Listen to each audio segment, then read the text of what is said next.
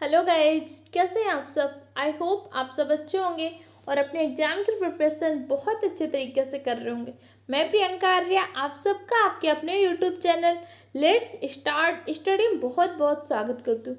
आज मैं आप सबके लिए करंट की क्लास लेके हूँ।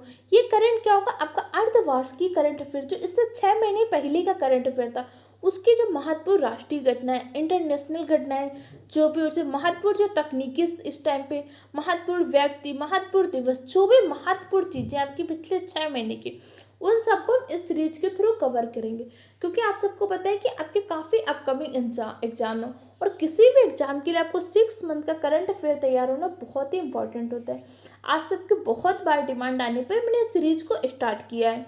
इस सीरीज में हम हर टॉपिक को बहुत ही डिटेल से पढ़ेंगे, जिससे आप किसी भी एग्जाम की प्रिपरेशन करो, आपको जिस भी एग्जाम में अगर करंट से क्वेश्चन आते हैं तो उसमें सीरीज बहुत ही हेल्पफुल होगी।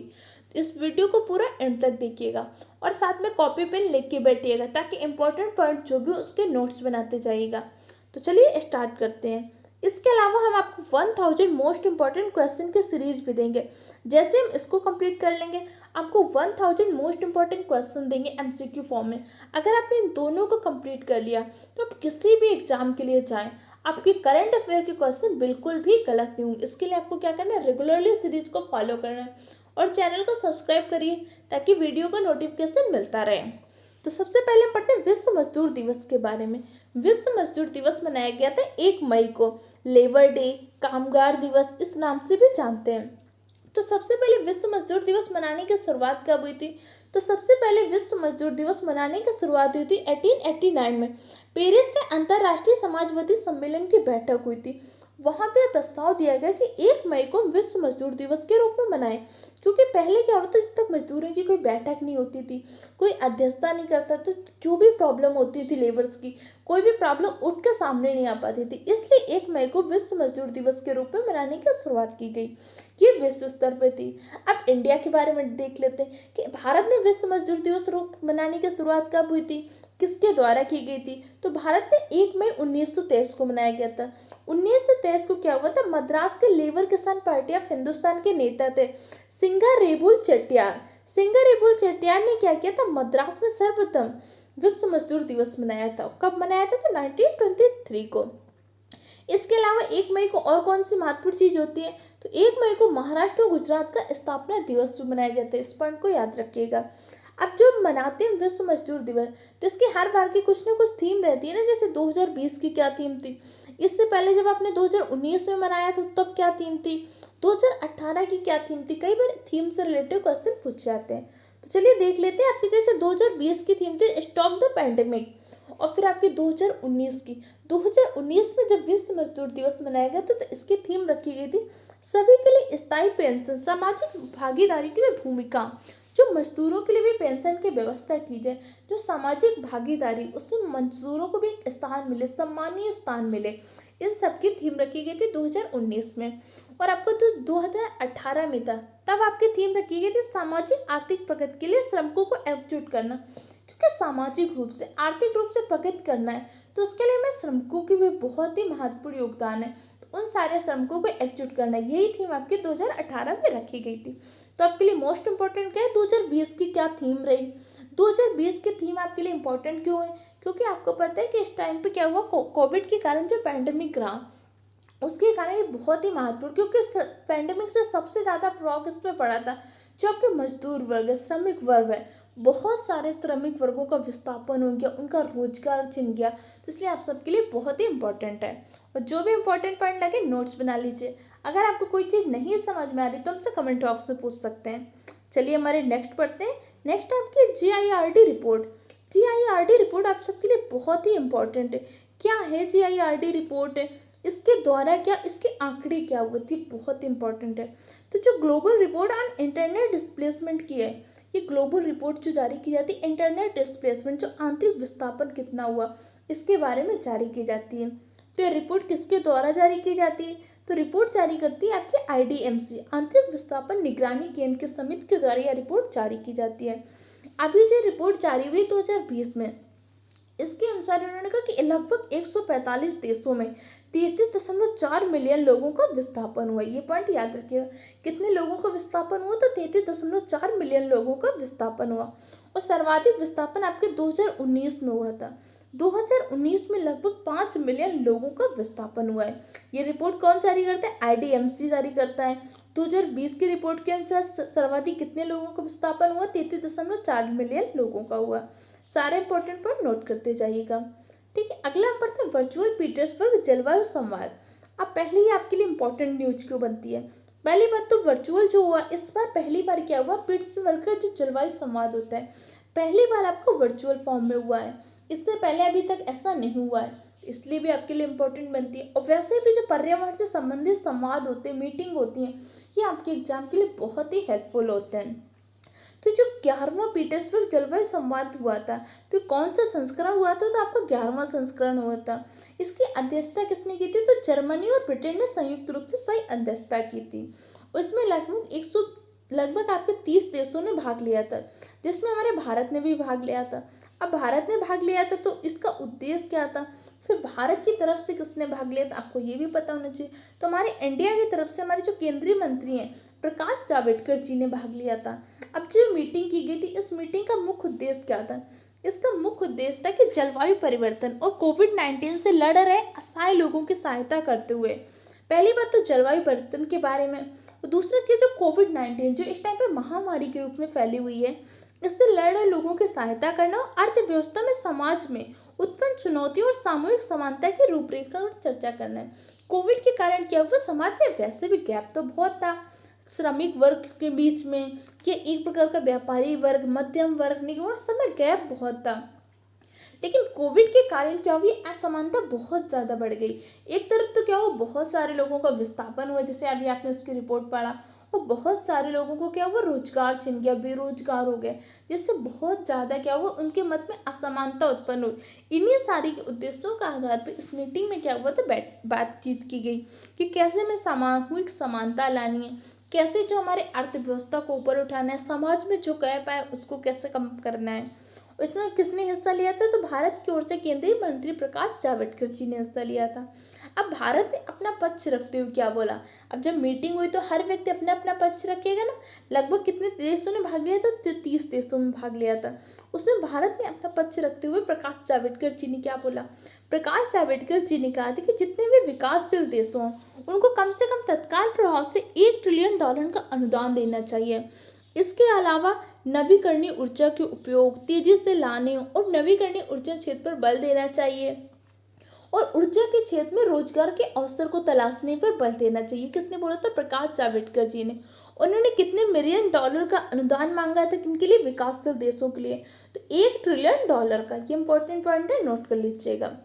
अब आपको ये पता होना चाहिए जो पिट्सबर्ग जलवायु संवाद हुआ, तो इसकी शुरुआत कब की गई थी? अभी तो इसका 11वां संस्करण हुआ है, तो इसकी शुरुआत आपकी हुई थी 2010 में। 2010 में किसकी उसके हुआ था? तो जर्मनी की जो चांसलर है एंजेला मार्केल की पहल पर 2010 में इसकी शुरुआत की गई थी। किसकी? पिट्सबर्ग जलवायु संवाद। तो 2010 में एंजेला मार्केल ने इसको शुरुआत क्यों किया? आपके मन में क्वेश्चन उठ रहा होगा ना। मैं आपको एक एक पॉइंट आपको बहुत ही आसानी से समझा रही हूँ। इससे बहुत सारे क्वेश्चन आपके एग्जाम में बन सकते हैं। अब आपसे ऐसे क्वेश्चन बन सकते हैं कि पिट्सबर्ग जलवायु संवाद का कौन सा संस्करण हुआ, किसने भारत की तरफ से किसने भाग लिया, भारत ने कितने डॉलर के लिए अनुदान देने की मांग की थी, भारत ने किन क्षेत्रों पर समझौता करने की बात की थी, ये इसका स्टार्ट क्यों हुआ। ऐसे बहुत सारे क्वेश्चन बन सकते हैं, इसलिए एक एक जो पॉइंट मैं आपको समझा रही हूँ हर पॉइंट से क्वेश्चन बन सकते हैं, इसीलिए जो भी इंपॉर्टेंट पॉइंट आपको लगे तुरंत नोट कर लीजिएगा। अब क्या हुआ था 2000 में जो कोपेनहेगन जलवायु वार्ता हुआ था, जैसे आपको पता है कोपेनहेगन जलवायु वार्ता होती है, तो यहाँ पे जो डिस्कशन हुआ उसमें कोई भी प्रभावी निष्कर्ष नहीं निकला था। इसीलिए जर्मनी के चांसलर एंजेला मार्केल ने क्या किया, 2010 में पिट्सबर्ग जलवायु संवाद की शुरुआत की थी। चलिए अब आगे बढ़ लेते हैं 3D तकनीकी के बारे में। 3D तकनीकी इस टाइम पे काफ़ी चर्चा में रही, तो इसके बारे में कुछ इंपॉर्टेंट पॉइंट जान लेते हैं। कई बार जो भी चीज़ें इंपॉर्टेंट होती है वही से रिलेटेड करंट में क्वेश्चन पूछते हैं, और करंट में जो क्वेश्चन पूछते हैं डायरेक्ट नहीं पूछते कि जो तकनीकी आगे जैसे उसके बारे में, जैसे पिट्सबर्ग जलवायु सम्मेलन हुआ तो सिर्फ डायरेक्ट इसके बारे में नहीं पूछेंगे तो ये कहाँ हुआ था, इससे रिलेटेड स्टैटिक जीके क्वेश्चन पूछे जाते हैं। अब करंट से क्वेश्चन पूछने का जो पैटर्न है वो चेंज हो गया है। बच्चे क्या करते हैं, जो महत्वपूर्ण घटनाएं उन्हें याद कर लेते हैं, जबकि अब एग्जाम का पैटर्न क्या होता है, उस करंट से रिलेटेड स्टैटिक जीके आपको पता होना चाहिए। इसलिए मैं आपको उससे रिलेटेड महत्वपूर्ण स्टैटिक जीके समझाती जा रही हूँ। अब जैसे 3D तकनीकी, 3D तकनीकी क्या है, तो मूलतः क्या एक प्रकार की विनिर्माण तकनीकी है जिसका प्रयोग क्या किया है, 3D ऑब्जेक्ट का निर्माण करके क्या करते हैं, उसको डिजिटल स्वरूप से भौतिक स्वरूप में करते हैं, किसके 3D के द्वारा। अब 3D तकनीकी इतनी फेमस क्यों होने की बात है, क्योंकि 3D तकनीक की मुख्य विशेषताएं क्या होती हैं, इसमें टाइम कम लगता है, कम समय लगता है, डिजाइन की स्वतंत्रता होती है, आप कोई भी डिजाइन कर सकते हो और इसकी कीमत भी कम होती है, इसीलिए 3D तकनीकी जो है बहुत ज़्यादा प्रसिद्ध है। ठीक है, अब चलिए आगे पढ़ते हैं आयुष्मान भारत दिवस के बारे में। अभी 30 अप्रैल को आपका आयुष्मान भारत दिवस मनाया गया, तो ये बहुत इंपॉर्टेंट आपके लिए नोट, क्योंकि आयुष्मान भारत जो योजना है विश्व की सबसे बड़ी गवर्नमेंटेड फंडेड योजना है, इसलिए आपके लिए इंपॉर्टेंट पॉइंट बन जाता है। आयुष्मान भारत दिवस कब मनाया गया, तो 30 अप्रैल को। 30 अप्रैल को किस अभियान के तहत मनाया गया था, तो ग्राम स्वराज्य अभियान के तहत 30 अप्रैल को आयुष्मान भारत दिवस मनाया गया। अब ये तो आपको पता है कि आयुष्मान भारत दिवस 30 अप्रैल को, तो आयुष्मान भारत दिवस योजना की शुरुआत कब हुई थी, किसके द्वारा की गई थी, किस स्थान से की गई थी, तो आयुष्मान भारत जो योजना है इसकी शुरुआत की थी प्रधानमंत्री मोदी ने, नरेंद्र मोदी जी ने की थी। कब की थी, 14 अप्रैल को, जब 14 अप्रैल को भीमराव अम्बेडकर जयंती के अवसर पर 2018 में छत्तीसगढ़ के बीजापुर से 2018 में की थी, और कहाँ से की थी, तो छत्तीसगढ़ के बीजापुर से की थी। कब की थी, 14 अप्रैल को। 14 अप्रैल को क्या था, भीमराव अम्बेडकर जी की जयंती पे वहाँ पे उन्होंने कहा था कि जो आर्थिक रूप से और कमजोर रूप से BPL कार्ड धारक होंगे उनको स्वास्थ्य बीमा उपलब्ध कराया जाएगा। BPL का फुल फॉर्म क्या होता है, ब्लू पॉवर्टी लाइन होता है। ठीक है, जितने भी BPL कार्ड धारक हैं या आर्थिक रूप से कमजोर व्यक्ति हैं उनको आयुष्मान योजना का कार्ड दिया जाता है, जिसके माध्यम से उनका क्या होता है, सरकारी अस्पतालों में प्राइवेट इलाजों में मुफ्त में इलाज होता है। और जो आयुष्मान भारत प्रधानमंत्री जन आरोग्य योजना है विश्व का सबसे बड़ा गवर्नमेंटेड फंडेड इंश्योरेंस प्रोग्राम है, ये पॉइंट आपको याद रखना है। इसलिए जो भी पॉइंट मैं आपसे डिस्कस कर रही हूँ एग्जाम ओरिएंटेड पॉइंट है, इसलिए इनको नोट करते जाइएगा। ठीक है, अब चलिए अगली हम योजना पढ़ते हैं देखो अपना देश। देखो अपना देश क्या था, एक प्रकार का वेबिनार था जिसका आयोजन किया था पर्यावरण मंत्रालय ने, और ये कौन सा संस्करण था, तो ये देखो अपना देश का 13वां संस्करण था, ये इंपॉर्टेंट पॉइंट। और कब किया गया था, तो 1 मई 2020 को किया गया था, किसके द्वारा, पर्यावरण मंत्रालय के द्वारा। इसमें क्या किया गया था, इस वेबिनार में सरिस्का जो टाइगर रिजर्व है, सरिस्का टाइगर रिजर्व के वन जीवों के बारे में, वहाँ पे उनका सफारी में जो जोखिम होते, क्या अनुभव होते, उन सब की प्रस्तुति की गई थी एक आभासी यात्रा के दौरान, किसमें, देखो अपना देश के वेबिनार के 13वें संस्करण में। फिर ये सरिस्का टाइगर रिजर्व क्या है, अब आपको उसके बारे में पता होना चाहिए। तो सरिस्का टाइगर रिजर्व क्या है, आपको मुख्य रूप से आपके बाघ के लिए, उसके अलावा सींग वाले उल्लू के लिए, ऐसे प्रमुख पक्षियों के लिए प्रसिद्ध है। ये आपके टाइगर रिजर्व राजस्थान के अलवर जिले में स्थित है। कहाँ पे स्थित है, राजस्थान के अलवर जिले में।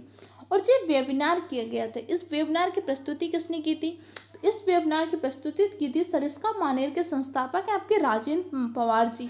इसके अलावा टेहला इमेंस मार्केटिंग के CEO है आपके धीरज दुबे, इन दोनों के द्वारा क्या किया गया था, इसकी प्रस्तुति। ये इंपॉर्टेंट पॉइंट नोट करिएगा, क्योंकि कई बार एग्जाम में ऐसे क्वेश्चन पूछे जा सकते हैं, या आपसे क्वेश्चन ऐसे भी पूछा जा सकता है, सरिस्का मानेर के संस्थापक कौन है, राजेंद्र पवार जी। राजेंद्र पवार ने किसकी प्रस्तुति की थी, तो राजेंद्र पवार ने देखो अपना देश के जो 13वें संस्करण के वेबिनार आयोजित हुआ था इसकी प्रस्तुति की थी। अब सरिस्का टाइगर रिजर्व आपके अरावली के पहाड़ियों में स्थित है, और यहाँ पे जैसे आपके बाघ पाए जाते हैं, बाघ के अलावा जैसे तेंदुआ, सांबर, चीतल, सुनहरी पीठ वाला कटफोरवा, सींग वाले उल्लू जैसे पक्षियों का भी आश्रय है। तो कई बार आपके एग्जाम में इस तरह से क्वेश्चन पूछ जाते हैं, सींग वाले उल्लू मुख्यतः कहाँ पे पाए जाते हैं, तो कहाँ पे पाए जाते हैं, आपके सरिस्का टाइगर रिजर्व में। और यहाँ पे आपके सरिस्का टाइगर रिजर्व में मुख्य रूप से 20 बाघ मौजूद है, ये पॉइंट याद रखिएगा। अब सरिस्का टाइगर रिजर्व जो है भारत का पहला ऐसा टाइगर रिजर्व है जिसमें रॉयल बंगाल टाइगर को सफलतापूर्वक बसाया गया। यहाँ पे क्या किया गया था, जो आपके रॉयल बंगाल टाइगर हैं उनको सफलतापूर्वक बसाया गया था, किसमें, सरिस्का टाइगर रिजर्व में। इसलिए आपके लिए बहुत ही इंपॉर्टेंट न्यूज बन जाती है। अब सरिस्का टाइगर रिजर्व में वर्तमान में कितने बाघ हैं, तो सरिस्का टाइगर रिजर्व में वर्तमान में 20 बाघ मौजूद हैं। अब बाघों से संबंधित कुछ इंपॉर्टेंट पॉइंट, जैसे बाघों से संबंधित अभी नवीनतम रिपोर्ट आपकी कब आई थी? 2018 में। 2018 की नवीनतम रिपोर्ट के अनुसार भारत में बाघों की संख्या कितनी है? 2967 बाघ है। जबकि इससे पहले आपकी कब आई थी? 2014 में रिपोर्ट आई थी। 2014 की रिपोर्ट के अनुसार भारत में कितने बाघ थे? 2226 बाघ थे। तो वर्तमान में कितने प्रतिशत बाघों की संख्या में वृद्धि हुई? तो 33% बाघों की संख्या में वृद्धि हो गई है। किसके? 2014 की रिपोर्ट के अनुसार 2018 में 33% बाघों की वृद्धि हो गई है। ये इंपॉर्टेंट पॉइंट आपको ये पता होना चाहिए। 2018 में कितने बाघ हैं, 2014 में कितने बाघ थे, तो नोट कर लीजिएगा। 2018 में 2967 बाघ थे, जबकि 2014 की रिपोर्ट के अनुसार 2226 बाघ थे। और सर्वाधिक बाघ किस राज्य में? तो सर्वाधिक बाघ आपके मध्य प्रदेश में, उसके बाद कर्नाटक का स्थान। ये दोनों पॉइंट आपको पता होना चाहिए। अब जो प्रोजेक्ट टाइगर है, इसे प्रोजेक्ट टाइगर के द्वारा तो ये अभियान चलाए जा रहे हैं। तो प्रोजेक्ट टाइगर की शुरुआत कब हुई थी? तो प्रोजेक्ट टाइगर की शुरुआत हुई थी आपके 7 अप्रैल 1973 को। 1973 में पर्यावरण मंत्रालय में जलवायु परिवर्तन मंत्रालय के द्वारा इसकी शुरुआत की गई थी। इसका मुख्य उद्देश्य क्या था? बाघों को बचाने के लिए एक प्रकार की परियोजना थी। सारे इंपॉर्टेंट पॉइंट नोट करते जाइएगा, ठीक है। अब अगला पॉइंट हम डिस्कस कर लेते हैं। कार्यस्थल पर स्वास्थ्य सुरक्षा दिवस मनाया गया। 28 अप्रैल को क्या हुआ था? कार्यस्थल पर स्वास्थ्य सुरक्षा दिवस मनाया गया।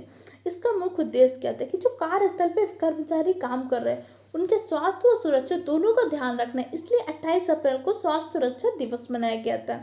इसकी थीम क्या रखी गई थी? तो इसकी थीम रखी गई थी stop the pandemic, safety and health at work can save lives. अगर हम सारी चीज़ों को, सुविधाओं को ध्यान रखें कार्यस्थल पे, तो हम क्या कर सकते हैं? लोगों के स्वास्थ्य और सुरक्षा दोनों को ध्यान में रख सकते हैं।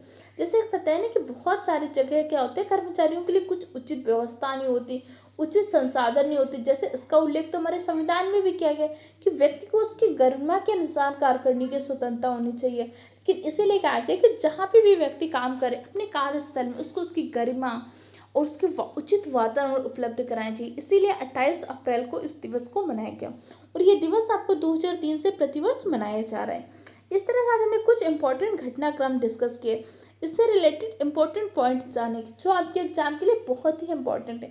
जो भी हम पॉइंट डिस्कस करें एग्जाम ओरिएंटेड पॉइंट है और एग्जाम के पैटर्न को ध्यान में रख के डिस्कस कर रहे हैं, इसलिए सारे इंपॉर्टेंट पॉइंट को ध्यान में रखिए, इनके नोट्स बनाइए और रेगुलर वे पे रिविजन करते रहिए। और अगर आपको ये वीडियो हेल्पफुल लगा है तो हमारे चैनल को सब्सक्राइब करें, वीडियो को लाइक करें और अपने दूसरे फ्रेंड के साथ भी शेयर करें। आपके पास जो भी टाइम है इस टाइम को बहुत अच्छे से यूटिलाइज करिए। कोई भी एक्सक्यूज मत बनाइए कि हम इस तरह से पढ़ाई नहीं कर पा रहे, इसकी वजह से पढ़ाई नहीं, मेरे पास बुक नहीं है, कि मेरे पास टाइम नहीं मिल रहा है। क्योंकि कुछ टाइम बाद जब आपके पास ये अपॉर्चुनिटी चली जाती है ना, तो कोई आपके एक्सक्यूज नहीं सुनता कि अरे मैं तो इस वजह से पढ़ाई नहीं कर पाया, इसकी वजह से। जो भी टाइम है बहुत अच्छे से यूटिलाइज करिए, अच्छे से रिवीजन करके पढ़ाई करते रहिए। क्योंकि जब आपकी जॉब लग जाती है तो जो छोटी छोटी प्रॉब्लम होती है सारी प्रॉब्लम कंप्लीट हो जाती हैं, नहीं तो यही छोटी छोटी प्रॉब्लम आगे चल के बहुत दिक्कत देती हैं। इसलिए अपने टाइम को यूटिलाइज करिए, जो भी आपको गोल्डन अपॉर्चुनिटी मिल रही है इसका यूटिलाइज करिए, अच्छे से पढ़ाई करते रहिए। और हमारे चैनल पे आपको स्टडी से रिलेटेड बहुत सारी वीडियोज मिलेंगी जो आपके लिए बहुत ही हेल्पफुल है। इसलिए चैनल को सब्सक्राइब करें और वीडियो के बारे में अपना फीडबैक कमेंट बॉक्स में दे सकते हैं। Okay friend, thank you for the watching my video.